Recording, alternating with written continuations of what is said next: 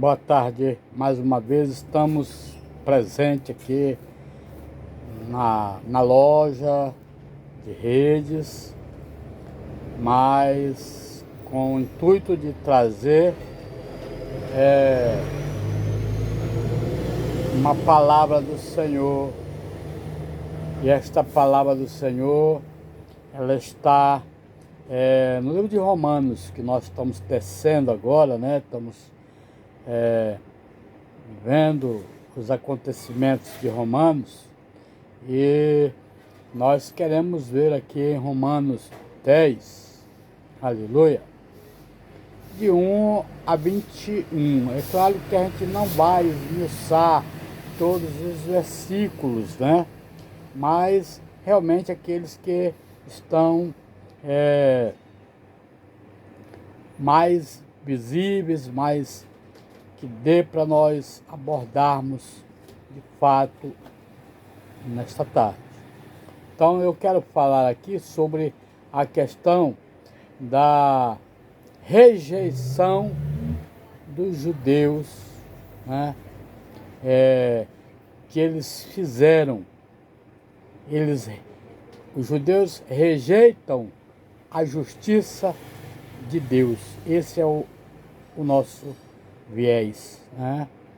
Então, no versículo 1, ele diz assim: irmãos, a boa vontade do meu coração e a minha súplica a Deus a favor deles são para que sejam salvos. Aleluia. E o versículo 2 ele vai dizer: porque lhes dou testemunho de que eles têm zelo por Deus, porém não com entendimento. O terceiro, porquanto, desconhecendo a justiça de Deus e procurando estabelecer a sua própria, não se sujeitam a que vem de Deus. Glória a Deus. E o quarto diz: porque o fim da lei é Cristo, para a justiça de todo aquele que crê. Ora, Moisés escreveu que o homem que praticar a justiça decorrente da lei viverá por ela. E o versículo 6 ele vai dizer: mas a justiça decorrente da fé, assim diz: não perguntes em teu coração quem subirá ao céu, isto é, para trazer do alto a Cristo, ou quem descerá ao abismo, isto é, para levantar Cristo dentre os mortos. Amém? Então eu quero ler somente aí para falar justamente dessa rejeição, né, que os judeus tiveram. E esses judeus, eles rejeitaram a justiça de Deus. Paulo tinha uma preocupação, né? Nós temos que ver aqui que Paulo, ele tinha uma preocupação com os judeus. Paulo queria vê-los salvos em Cristo. Aleluia. É isso que diz lá o versículo 1, né? Então ele diz: irmãos, a boa vontade do meu coração e a minha súplica a Deus a favor deles são para que eles sejam o quê? Salvos, né? Paulo queria ver os seus irmãos judeus todos salvos, né? Todos. Então, essa é uma afinidade que Paulo tinha para com os judeus e que hoje todos nós cristãos temos para todas as pessoas. Nós queremos pregar o Evangelho da mesma forma como Paulo estava ali testemunhando aos judeus para que eles viessem, né, a crer no Senhor Jesus Cristo. Então, os judeus eram homens zelosos, né? Então, nós podemos observar ainda hoje no nosso tempo que tem muitas pessoas zelosas que demonstram até ter um amor especial pelo Evangelho, mas só demonstram, elas não têm um compromisso verdadeiro com a justiça de Deus. Então, o versículo 2, ele vai dizer que eles tinham zelo, né? Porque lhes dou testemunho de que eles têm zelo por Deus, porém não com entendimento. Aleluia! Então, o entendimento muitas das vezes tem faltado para muitas pessoas, né? Então é bom a gente conhecer a Deus, mas ter o entendimento da palavra, saber realmente e procurar conhecer a justiça de Deus, né? Para que a gente não venha estabelecer a nossa própria. Então nós temos que nos sujeitarmos à justiça de Deus. Então é isso aqui. Paulo em Filipenses, eu não sei se vai dar para me abrir aqui, mas eu vou ver Filipenses, né? Que Paulo diz lá em Filipenses 3, 4 e 6. Filipenses 3, 4 e 6. Aleluia. 3, 4 e 6. Olha o que ele diz lá. O aviso contra os falsos mestres. Então, 4, 6, ele diz, 4, 6. Bem que eu poderia confiar também na carne. Aleluia. Se qualquer outro pensa que pode confiar na carne, eu ainda mais. Aleluia. Ele vai dizer, no versículo 5, circuncidado ao 8º dia da linhagem de Israel, da tribo de Benjamim, hebreu de hebreus, quanto à lei, fariseu. E o 6º lhe diz, quanto ao zelo, perseguidor da igreja, quanto à justiça que há na lei, irrepreensível.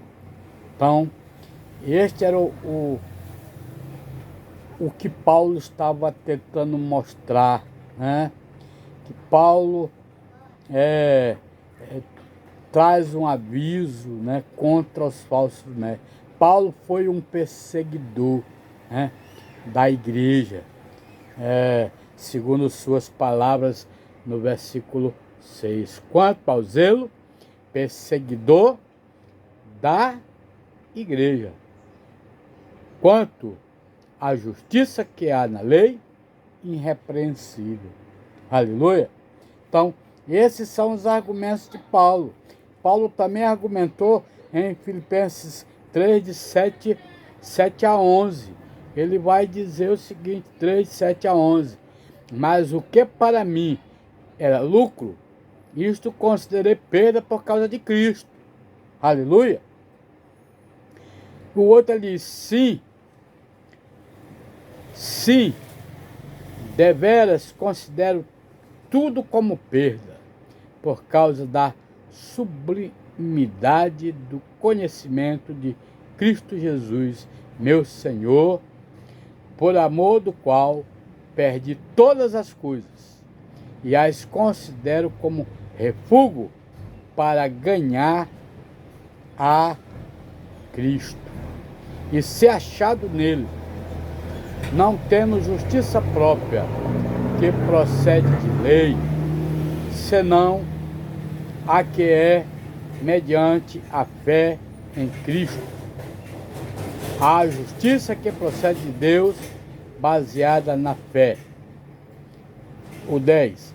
Para o conhecer e o poder da sua ressurreição e a comunhão dos seus sofrimentos, conformando com ele na sua morte. E o 11 ele vai dizer, né, para de algum modo alcançar a ressurreição dentre os mortos. Aleluia! Então, aqui é tudo que Paulo pintou com relação ao seu argumento, né? O seu conhecimento desse Deus Todo-Poderoso e o aviso dele contra os falsos mestres, mas também o aviso dele para nós, da nova vida que ele passou a conhecer em Cristo Jesus. Paulo diz que considerou perda, aleluia, no versículo 7, mas o que era para mim lucro, isto considerei perda por causa de Cristo. Então, por causa de Jesus Cristo, tanto eu quanto você, nós temos que viver uma nova vida, né? Se alguém está em Cristo, nova criatura é, as coisas elas passaram, e eis que tudo se fez novo. É assim que tem que ser a vida do crente. Aleluia! Então, nós temos que considerar isso como perda, né? Como Paulo fez. Mas o que era para mim lucro, isto considerei perda por causa de Cristo. Então, é assim que nós temos que viver. Efésios 2, 8, 9, deixa eu abrir aqui mais uma vez, e nós vamos ver o que diz Efésios 2, 8 e 9. Aleluia! 2, 8, 9. 2, 8, 9. Ele vai dizer que porque pela graça sois salvos, mediante a fé, e isto não vem de vós, é dom de Deus. Aleluia! Não de obras, então as obras não entram, não fazem parte, né? Para que ninguém, o quê? Se glorie. Para que ninguém se glorie, para que ninguém venha se sentir melhor do que o outro. Então, o nosso segundo ponto, ele vai falar sobre o fim da lei é Cristo. Aleluia! No versículo 4, Deus seja louvado. No versículo 4, ele vai dizer, porque o fim da lei é Cristo, para a justiça de todo aquele que crê. Aleluia! Então, essa é a grande verdade. Então, que o fim da lei é Cristo, né? E nós vivemos de acordo com esta verdade. Então, em 2 Coríntios 3 também, ele vai dizer algo muito importante. E eu quero ler somente o versículo 16 e o versículo 17, né? 16, 17, que ele vai falar algo importante. Ele diz, quando, porém, alguns deles se converte ao Senhor, o véu lhe é retirado. Aleluia! O véu lhe é retirado. Aleluia! E o outro ele vai falar, o 17, ora, o Senhor é o Espírito, E onde está o Espírito do Senhor, aí há o quê? Liberdade. Então, nós devemos gozar desta grande liberdade que está na vida de todo homem de Deus, de toda mulher de Deus, de todo servo de Deus que serve ao Senhor.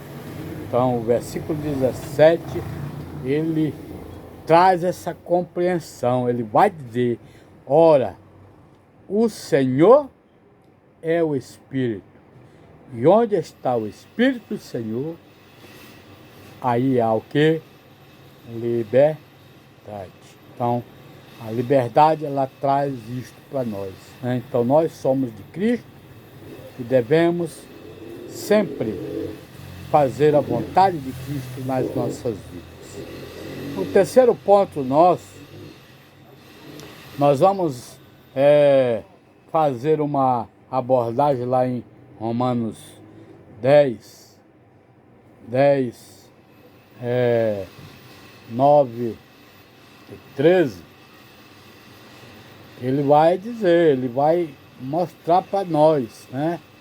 Romanos 10, 9 ao 13. Ele diz assim, que o nosso terceiro ponto, ele vai dizer como é que nós podemos ser salvos. Então, é uma pergunta, né? Então, esse terceiro quesito, ele nos faz uma pergunta. Como é que nós podemos ser salvos? E a resposta está lá, em Romanos 9 e 13. Se com a tua boca confessares a Jesus como Senhor, e em teu coração credes que Deus o ressuscitou dentre os mortos, serás o quê? Salvo. Porque com o coração se crê para a justiça e com a boca se confessa a respeito da salvação. Aleluia! Então, o 11 diz também, porquanto a Escritura diz, todo aquele que nele crê não será o quê? Confundido. Aleluia! Não será confundido. O 12. Pois não há distinção entre judeu e grego. Olha aí, não há distinção entre judeu e grego. Aleluia! Uma vez que o mesmo é Senhor de todos, rico para com todos os que o invocam. E o 13 finaliza dizendo, porque todo aquele que invocar, né, o nome do Senhor será salvo. Aleluia! Todo aquele que invocar o nome do Senhor será salvo. Aleluia! Então, está aqui é uma verdade que está mostrando no livro de Romanos para nós. Então,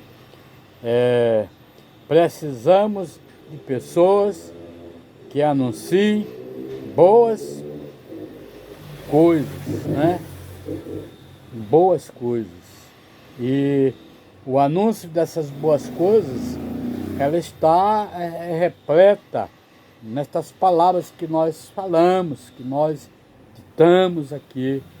Então, o versículo 14 e 15 de Romanos 10, ele diz, como porém invocarão aquele em quem não creram? Uma pergunta, né? E como crerão naquele de quem nada ouviram? Outra pergunta. E como ouvirão se não há quem pregue? Aleluia!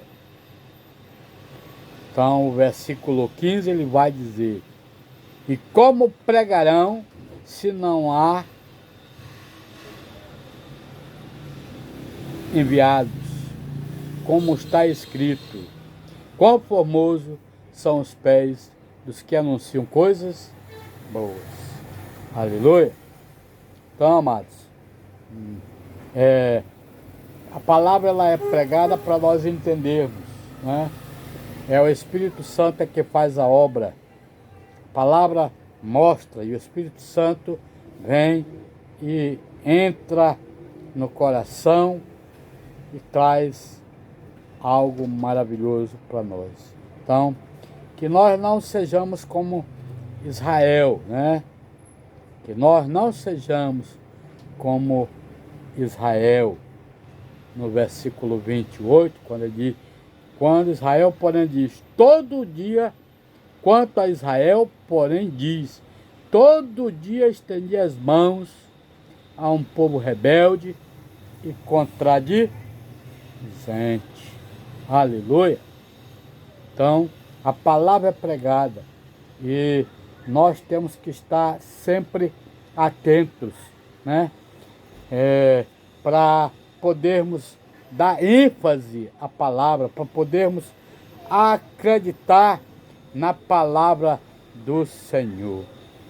E para me finalizar com você nesta tarde, eu quero finalizar dizendo para você o seguinte, que está escrito lá em Romanos 10, né? Romanos 10, 17. E assim a fé vem pela pregação, e a pregação pela palavra de Cristo. Então esta é a palavra para mim, esta é a palavra para você que já ouviu o Evangelho. Então, o Senhor quer te salvar. Então entregue a sua vida para o Senhor, para Ele fazer esta maravilha em você. Amém? Que Deus assim esteja com todos nós, hoje e para todos sempre. Amém.